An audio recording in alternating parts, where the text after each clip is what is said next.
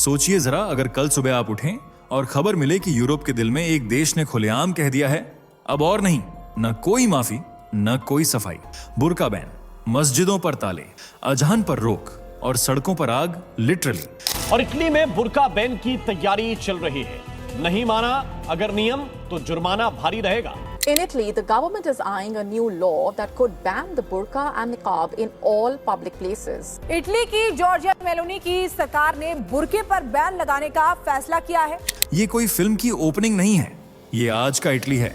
पर असली सवाल ये नहीं कि इटली ने क्या किया, असली सवाल है इतनी हिम्मत आई कहां से? क्यों एक लोकतांत्रिक देश अचानक ऐसे फैसले लेने लगा जिनका नाम सुनते ही फ्रीडम, ह्यूमन राइट्स और इस्लामोफोबिया जैसे शब्द हवा में तैरने लगते हैं? क्या ये सिक्योरिटी का मामला है या एक ऐसी लड़ाई जो सालों से अंदर ही अंदर पक रही थी और यहीं पर कहानी खतरनाक मोड़ लेती है? क्योंकि इस फैसले के पीछे खड़ी है एक महिला, जॉर्जिया मेलोनी, जो बिना घुमाए फिराए कहती है इस्लाम और यूरोपीय सभ्यता की वैल्यूज एक जैसी नहीं है। बस यही एक लाइन और पूरा यूरोप दो हिस्सों में टूट गया। Io penso che ci sia un problema di compatibilità tra la cultura islamica o certa interpretazione della cultura islamica e i diritti e i valori della nostra civiltà. A me non sfugge che la gran parte dei centri culturali islamici in Italia sono finanziati dall'Arabia Saudita e l'Arabia Saudita è una nazione che a casa sua applica la Sharia e Sharia significa lapidazione per l'adulterio, pena di morte per apostasia, pena di morte per omosessualità. Credo che queste questioni vadano. अब आप सोच रहे होंगे, क्या ये लोकतंत्र की हत्या है या फिर वो आखिरी अलार्म जो यूरोप ने बहुत देर से सुना? और सबसे अनकंफर्टेबल सवाल, अगर आज इटली ये कर रहा है तो कल कौन सा देश होगा? इस वीडियो में हम सिर्फ खबर नहीं देखेंगे, हम वो परतें खोलेंगे जिन्हें सालों तक पॉलिटिकली इनकरेक्ट कहकर दबाया गया, और आखिर में एक ऐसा सवाल छोड़ेंगे जिसका जवाब भारत को आज ढूंढना होगा, कल नहीं।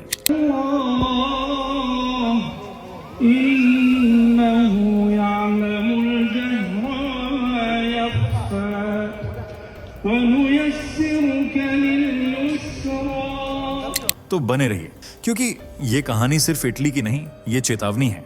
चलिए जरा फटाफट कमेंट करके बताइए आपको ये वीडियो कैसे मिला। क्या आपने इसे खुद सर्च किया था या फिर अचानक आपकी स्क्रीन पर आ गया और आपने जिज्ञासा में क्लिक कर दिया? जल्दी जल्दी लिखिए, क्योंकि हमें सच में जानना है कि आजकल YouTube हमारे वीडियो आप तक कैसे पहुंचा रहा है। आपकी एक लाइन हमें बहुत कुछ समझा सकती है। और हाँ, अगर आपने अभी तक फैक्ट मंत्रा चैनल को सब्सक्राइब नहीं किया है तो अभी कर लीजिए, क्योंकि ये सिर्फ एक चैनल नहीं है, ये है नए युग की सनातन लहर, जहां आपको मिलती है हर वो ट्रेंडिंग सच्चाई जो बाकी जगह दबा दी जाती है। वीडियो पसंद आ रहा है तो लाइक जरूर कीजिए ताकि ये बात और ज्यादा लोगों तक पहुंचे। अब बिना समय गंवाए चलिए वीडियो में आगे बढ़ते हैं। इटली में बुर्का बैन हो रहा है, मस्जिदें बंद की जा रही हैं और यूरोप की सड़कों पर आग लगी हुई है। विरोध के नारे गूंज रहे हैं, प्रदर्शनकारियों का टकराव पुलिस से हो रहा है और पूरा यूरोप दो धड़ों में बंटता दिख रहा है।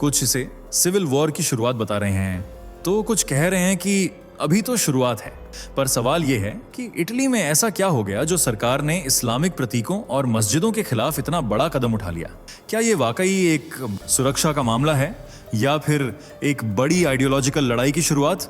और सबसे चौंकाने वाली बात, इटली की प्रधानमंत्री जॉर्जिया मेलोनी ने साफ कहा है, इस्लाम यूरोपीय सभ्यता के साथ कंपैटिबल नहीं है। In several European contexts, we are increasingly witnessing the phenomenon of Islamic separatism. That is the failure by some Islamic communities to recognize the laws and customs of European nations. This triggers tensions that risk undermining social cohesion and fueling hostility. इतना बोलते ही Europe में हड़कंप मच गया।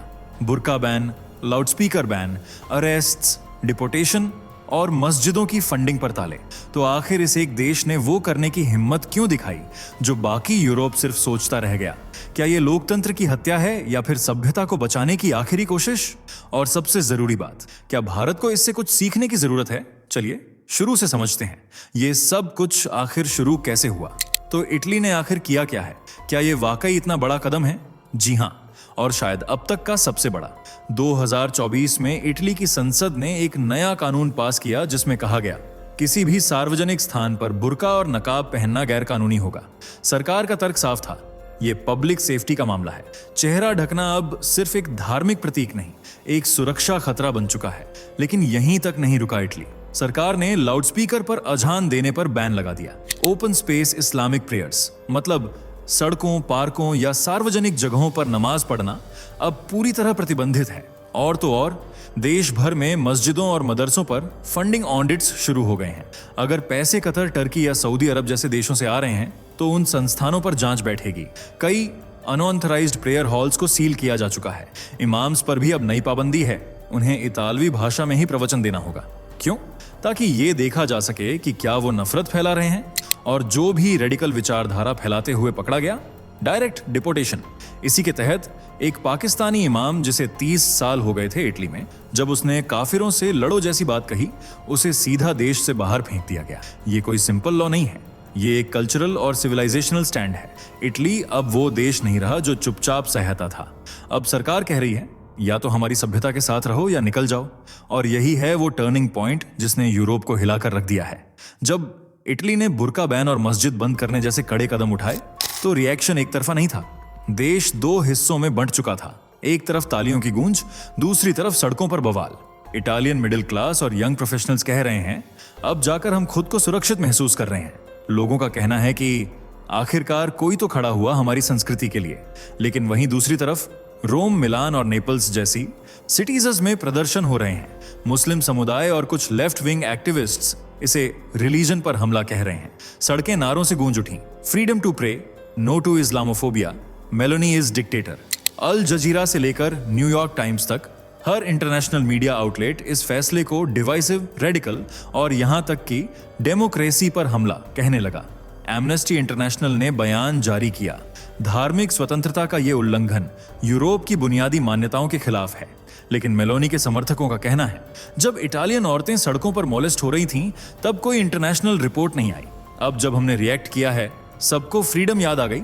और यही tension आज Italy की सड़कों से होते हुए पूरे यूरोप में फैल रही है। ये सिर्फ एक देश की लड़ाई नहीं, ये 2 आइडियोलॉजीज का टकराव है। आज इटली जिस स्टेज पर पहुंचा है, वहां अचानक नहीं पहुंचा। ये कहानी 1 दशक पहले शुरू हुई थी, जब यूरोप के दरवाजे रिफ्यूजीज के लिए खोले गए। 2011 अरब स्प्रिंग, मिडिल ईस्ट और नॉर्थ अफ्रीका में राजनीतिक बवंडर उठता है। लीबिया, ट्यूनिशिया, सीरिया, हर जगह से लोग भागने लगते हैं। और उनके लिए सबसे आसान रास्ता लीबिया से सीधा मेडिटेरेनियन पार करके इटली पहुंचना। छोटे छोटे बोट्स में हजारों लोग रोज की दर से इटली की सीमाएं पार कर रहे थे। 2014 से 2020 तक 7 लाख से ज्यादा मुस्लिम माइग्रेंट्स ने इटली में अवैध एंट्री ली।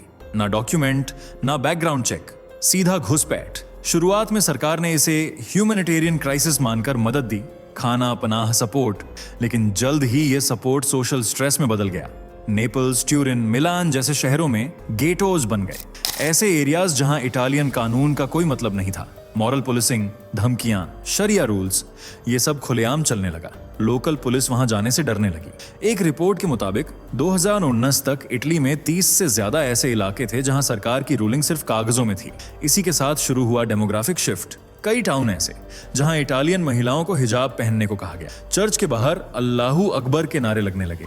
और जब लोगों ने विरोध किया, उन्हें रेसिस्ट कहा गया। राजनेता चुप थे, मीडिया मौन था और लोग गुस्से में लेकिन लाचार।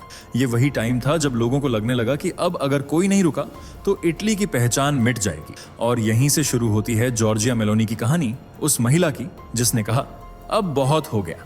अब सवाल उठता है, क्या ये सब सिर्फ माइग्रेशन का मामला था या कुछ और गहराई में भी चल रहा था? जैसे जैसे माइग्रेंट्स की संख्या बढ़ती गई, इटली में मस्जिदें भी तेजी से बनने लगीं। नाम दिए गए cultural centres, community halls, religional schools. लेकिन असल में कई जगहों पर ये बने रेडिकल प्रोपेगेंडा के अड्डे। इन मस्जिदों में पैसा कहां से आ रहा था? जांच में सामने आया, सऊदी अरब, कतर, टर्की जैसे देशों से करोड़ों यूरो की फंडिंग दी जा रही थी। और उस पैसे के साथ आता था एक खास एजेंडा। कुछ इमाम्स के सरमन्स में खुलेआम नफरत भरी बातें होती थीं। कहा जाता था, यूरोप में इस्लाम को फैलाना फर्ज है, काफिरों से लड़ो, इस्लामिक लॉ ही सुप्रीम है। इन्हीं प्रीचिंग्स से प्रभावित होकर कई युवा कट्टरपंथी बन गए। कुछ ने हथियार उठा लिए, कुछ ने चर्चों में हमले किए, कुछ ISS जैसे आतंकी संगठनों से जुड़ने की कोशिश में पकड़े गए। यूरोप का सेक्युलर फ्रेमवर्क उनके सामने बेबस दिखने लगा, क्योंकि जहां एक ओर फ्रीडम ऑफ स्पीच की ऐड थी, वहीं दूसरी ओर उसके पीछे एक अंधा कट्टरपंथ पनप रहा था। और सबसे हैरानी की बात, इस्लाम के नाम पर चल रहे कई ऐसे सेंटर सरकारी रजिस्ट्रेशन में नॉन प्रॉफिट या कल्चर ट्रेनिंग इंस्टीट्यूट्स के नाम से दर्ज थे।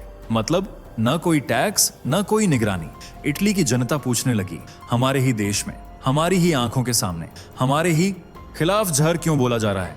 और जब जवाब नहीं मिला तब उठी मांग कि ये सब अब और नहीं चलेगा। जब पूरा देश सवाल पूछ रहा था तब ज्यादातर नेता चुप थे। कोई ब्रसेल्स की तरफ देख रहा था, कोई वोट बैंक बचाने में लगा था। लेकिन तभी एक आवाज उभरी, सीधी, तेज और बेबाक। जॉर्जिया मेलोनी, एक महिला जो सालों से राजनीति में तो थी लेकिन कभी मेनस्ट्रीम पार्टियों की तरह झुकी नहीं। उसने कहा, मैं डरूंगी नहीं, झुकूंगी नहीं, इटली की पहचान के लिए लड़ूंगी। मेलोनी ने यूरोप की पॉलिटिकल करेक्टनेस को ठुकरा दिया। उसे फर्क नहीं पड़ा कि मीडिया क्या कहेगा या उसे क्या नाम देगा। वो बोलती गई, हम अपनी जमीन, अपनी संस्कृति और अपने बच्चों का भविष्य नहीं खो सकते। और जनता ने उसकी बात सुनी। शायद पहली बार किसी नेता की बात दिल तक पहुंची थी।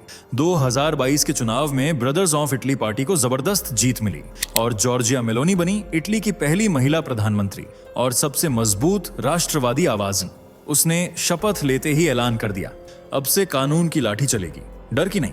और यहीं से शुरू हुआ इटली का फाइट बैक। मेलोनी के नेतृत्व में एक ऐसा फाइट बैक जिसमें कोई माफी नहीं थी, कोई सफाई नहीं थी, बस एक वादा था, इटली को फिर से सुरक्षित और गर्व से भरपूर बनाने का। अब असली सवाल यही है, क्या इस्लाम और यूरोपीय सभ्यता एक साथ रह सकते हैं? क्या दोनों की वैल्यू सिस्टम एक दूसरे से मेल खाते हैं, या ये एक ऐसा क्लैश है जो टल नहीं सकता? यूरोप की नींव किस पर टिकी है? Freedom of speech, secularism, gender equality, rule of law, ये सारे मूल्य वहां के संविधान और संस्कृति की आत्मा है। अब जरा सोचिए, क्या जब कोई धर्म कहता है कि धर्म सर्वोपरि है, कानून नहीं, या औरत की आजादी सीमित होनी चाहिए, तो वो सेक्युलर समाज के साथ कैसे जी पाएगा? और यही टकराव आज हर यूरोपीय देश में दिख रहा है। फ्रांस में हिजाब पर बैन हुआ, दंगे हुए। स्वीडन में एक कट्टरपंथी ने कुरान की आलोचना की, जान से मार दिया गया। जर्मनी में शरिया जोन बनने लगे, जहां पुलिस तक जाने से डरती है, क्योंकि ये सिर्फ धार्मिक रिवाज नहीं है, ये एक पूरा वैचारिक सिस्टम है। कई मुस्लिम प्रवासी यूरोप में रहते हैं लेकिन खुद को यूरोपीय नहीं मानते। वो अपने बच्चों को उसी सिस्टम में बड़ा करते हैं जो उन्हें यूरोप से नफरत सिखाता है। और जब सेक्युलर कानून इन विचारों से टकराते हैं तो बहस नहीं होती, हिंसा होती है, धमकी होती है और डर पैदा किया जाता है। तो फिर क्या ये दोनों सभ्यताएं वाकई साथ रह सकती हैं? या फिर मेलोनी का कहना सही है, ये वैल्यू सिस्टम्स मूल रूप से इनकम्पैटिबल हैं। ये सिर्फ इटली की लड़ाई नहीं, ये यूरोप की आत्मा की लड़ाई है। जब इटली में बुर्का बैन का ऐलान हुआ तो सबसे ज्यादा चर्चा हुई महिलाओं को लेकर। क्या ये बैन सुरक्षा के लिए था, या महिलाओं की आजादी के लिए, या फिर ये एक कल्चरल डोमिनेंस की कोशिश है? सड़कों पर कुछ मुस्लिम महिलाएं थीं, नारे लगाती हुई, हमारी पसंद, हमारा हक। उनका कहना था कि बुर्का उनका धार्मिक अधिकार है और इसे छीनना फ्रीडम ऑफ चॉइस पर हमला है। लेकिन उसी भीड़ से अलग कुछ औरतें थीं जिन्होंने पहली बार कैमरे के सामने आकर कहा, हमें मजबूर किया गया था बुर्का पहनने के लिए। घर से निकलते ही डर लगता था कि अगर चेहरे से पर्दा हटा तो सजा मिलेगी। एक मोरक्कन माइग्रेंट महिला ने रोते हुए कहा, मैंने पहली बार इतालवी स्कूल में सांस ली थी, अब फिर से उसी पिंजरे में लौटने को कहा जा रहा है। तो क्या बुर्का सिर्फ कपड़े का एक टुकड़ा है, या फिर एक आइडेंटिटी का बयान जो दो दुनिया की सोच को दर्शाता है? एक तरफ यूरोप का open face, individuality, expression, transparency, दूसरी तरफ एक पर्दा जो समाज से दूरी, डर और कंट्रोल की याद दिलाता है। शायद इसका जवाब इतना आसान नहीं, लेकिन सवाल जरूर बड़ा है, क्या कोई भी सभ्यता अपनी पहचान बचा सकती है जब उसके चेहरे पर पर्दा डाल दिया जाए? इटली आज जो कर रहा है वो अचानक नहीं हुआ। वो उन पड़ोसी देशों से सीख रहा है जिनकी गलती ने उन्हें मौन बर्बादी के कगार पर ला खड़ा किया है। फ्रांस, दुनिया का सबसे बड़ा टूरिस्ट डेस्टिनेशन, लेकिन पेरिस के बाहर नो गो जोन्स बन चुके हैं जहां पुलिस तक जाने से डरती है। वहां ना फ्रेंच लॉ चलता है, ना फ्रेंच भाषा, सिर्फ शरिया रूल्स और धार्मिक तानाशाही। जर्मनी, जिसने ओपन डोर पॉलिसी के तहत लाखों माइग्रेंट्स को शरण दी, नतीजा बलात्कार, नाइफ अटैक्स और गैंग वायलेंस की घटनाएं रिकॉर्ड स्तर तक पहुंच गईं। जर्मन महिलाएं कहने लगीं, अब हमारी सड़कों पर हमारी ही आजादी नहीं बची। स्वीडन, जिसे कभी सबसे शांतिपूर्ण देश कहा जाता था, अब हेडलाइन बनता है, bomb blast in migrant area, Islamic gang war escalates. स्कूलों में टीचर्स डरते हैं, कुछ कह दिया तो इस्लामोफोबिक घोषित कर दिए जाएंगे। इन देशों ने सोचा था अगर हम अपनापन दिखाएंगे तो सब हमारे जैसे बन जाएंगे, पर हुआ उल्टा। कई माइग्रेंट्स ने सेक्युलरिज्म को कमजोरी समझा और अपने कट्टरपंथ को खुलकर फैलाया। इटली ने यह सब देखा और समझा कि अगर वक्त रहते लाइन नहीं खींची गई तो वो भी उसी बर्बादी की राह पर चल पड़ेगा। मेलोनी का मॉडल उसी गलती से बचने की एक आक्रामक कोशिश है, क्योंकि अब इटली चुप नहीं रहना चाहता, यूरोप की तरह मरना नहीं चाहता। अब बात सिर्फ इटली की नहीं है, बात हमारे देश की भी है, क्योंकि जो गलती यूरोप ने की थी वही रास्ता आज भारत भी पकड़ रहा है। असम, बंगाल, त्रिपुरा और बिहार की सीमाएं, हर साल हजारों बांग्लादेशी और रोहिंग्या माइग्रेंट्स चुपचाप भारत में घुसते हैं। किसी के पास कागज नहीं, लेकिन कुछ सालों में राशन कार्ड, वोटर आईडी और आधार तक मिल जाता है। फिर बनती हैं बस्तियां, धीरे धीरे पूरी डेमोग्राफी बदलने लगती है। गांवों में जहां कभी बंगाली हिंदू या असमी बहुसंख्यक थे, आज वे खुद अल्पसंख्यक हैं। फेस्टिवल्स पर रोक, धार्मिक तनाव और फिर राजनीतिक चुप्पी। क्यों? क्योंकि वोट बैंक चाहिए। राजनीति करने वालों के लिए देश की पहचान से ज्यादा जरूरी हैं वो 5 साल की कुर्सियां। दिल्ली, हैदराबाद, जम्मू और मेवात जैसी जगहों पर तो रोहिंग्या माइग्रेंट्स की कॉलोनियां बन चुकी हैं। एनजीओज और लेफ्टिस्ट मीडिया उन्हें पीड़ित दिखाते हैं, लेकिन सुरक्षा एजेंसियों की रिपोर्ट कुछ और कहती है। क्या हम भी इटली की तरह 20 साल बाद जागेंगे, जब बहुत देर हो चुकी होगी, जब हमारे शहरों में कानून नहीं, भीड़ का हुकूम चल रहा होगा? इटली ने आखिरकार हिम्मत दिखाई। अब भारत के पास भी मौका है। या तो अभी तय कर लो कि देश के कानून सबसे ऊपर हैं, या फिर आने वाली पीढ़ियों को बताओ कि तुमने कुछ किया नहीं जब वक्त था। हर सभ्यता के इतिहास में एक ऐसा मोड़ आता है जब उसे तय करना होता है, लड़ाई या समर्पण। इटली ने अपनी लड़ाई चुन ली है। उसने कह दिया है, हम अपनी पहचान, अपने कानून और अपने कल्चर से समझौता नहीं करेंगे। अब बारी बाकी दुनिया की है। क्या आप सिर्फ सहेंगे या खड़े होंगे अपने देश, अपनी संस्कृति और आने वाली पीढ़ियों के लिए? ये लड़ाई किसी धर्म के खिलाफ नहीं है, ये उस सोच के खिलाफ है जो कहती है तुम्हारे कानून हमारी आस्था के सामने कुछ नहीं। अब फैसला हमें करना है, क्योंकि जो सभ्यता अपनी रक्षा खुद नहीं करती, उसे इतिहास मिटा देता है। अगर आप इस मुद्दे पर जागरूक हैं तो इस वीडियो को लाइक करें, शेयर करें और अपनी राय कमेंट में जरूर बताएं। हमारी ऐसी और वीडियो पाने के लिए सब्सक्राइब करें और बेल आइकन दबाएं।